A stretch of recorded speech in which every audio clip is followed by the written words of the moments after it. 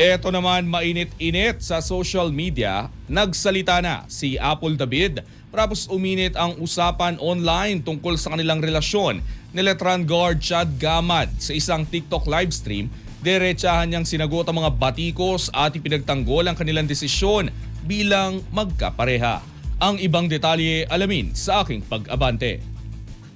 Binasag na ni Apple David ang kanyang pananahimik matapos ang mga komento at spekulasyong nag-uugnay sa kanya kay Chad Gamad ng Letran Nights sa kanyang TikTok livestream noong Lunes. Diretsahan niyang hinarap ang mga puna lalo na ang usapin ukol sa kanilang 15-year age gap. 33 years old na si David habang 18 naman si Gamad. Ayon kay David, masakit makabasa ng mga batikos dahil masaya naman nila ang kanilang relasyon at suportado rin ng kanilang mga pamilya.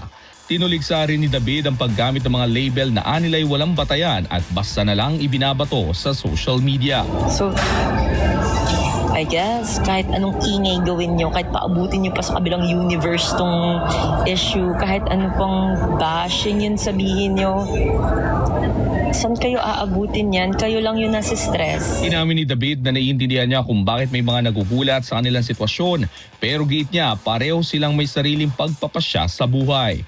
Ayon pa sa courtside reporter, pinili niya ang relasyon dahil nagkakaintindihan sila at nag-click bilang dalawang tao. But I also have a choice to masama bang bigyan ng chance yung nag-click Anong gagawin ko?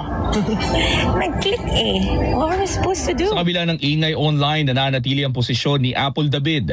Hiling ang respeto sa kanilang desisyon at pag-unawa sa kanilang panig. Ako si Sus Valdez. Abante!